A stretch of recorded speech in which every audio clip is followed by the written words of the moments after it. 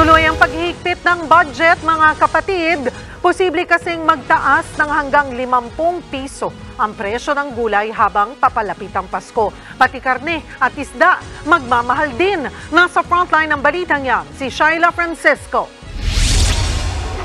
Hindi bababa sa 300 pesos ang presyo ng ilang seafood sa Murphy Market sa Quezon City. Hanggang 20 pesos ang iminahal ng hasa-hasa, tulingan, matambaka at pusit kumpara nung isang linggo. Ayon sa mga nagtitinda, kaunti ang mga nahuling isda kasabay ng mga pag-ulan. Nakaapekto rin daw ang pagdami ng namimili ngayong kaliwat kanan ang mga Christmas party. Kaya pati ang mas murang isda tulad ng galunggong, tilapia at bangus, baka raw sumunod na rin sa taas presyo.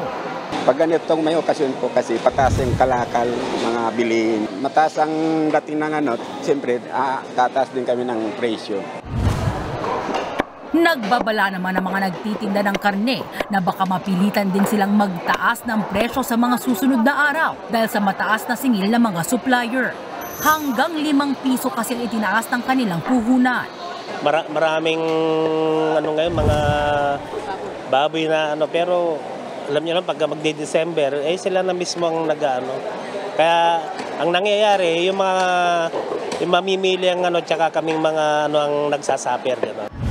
Halos wala namang paggalaw sa presyo ng baka, manok at itlog. Ang gulay bumaba na ang presyo ng hanggang 30 pesos kada kilo. Pero pansamantala lang daw yan.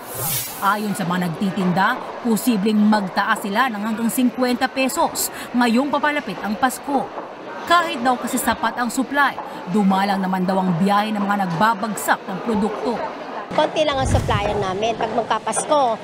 Kasi nga, minsan yung iba, nagbabakasyon sila. Siyempre magta-traffic, tapos minsan yung ibang magbabiyahe, tinatamad sila. Pero giit ng Samahang Industriya ng Agrikultura o SINAG, walang dahilan para magtaas ng presyo, lalo't murang farm gate price o benta ng mga magsasaka. So far, lahat naman ng production is maganda, yung pork, chicken, vegetable, ang rice natin, ang palay, maganda naman yung pag-ani. So wala tayong nakitang may problema for this year up to end of the year. Yung weather, yung dumating na nasa Mindanao naman. So wala tayong nakitang problema. Mungkahi ng grupong SINAG sa Department of Agriculture, bantayan ang presyuhan sa mga palengke. Madalas daw kasing magpatong sa presyo ang mga biyahero tuwing Pasko, lalo't mabilis ang bentahan. Pwede rin daw magdagdag ng mga kadiwa store para may murang alternatibo ang mga consumer. Nagbabalita mula sa Frontline, Shyla Francisco, News 5. Mga kapatid, Lucy Cruz Valdez po, maging maalam at may pakialam sa mga napapanahong balita sa bansa. Tumutok at mag-subscribe sa News 5 social media pages.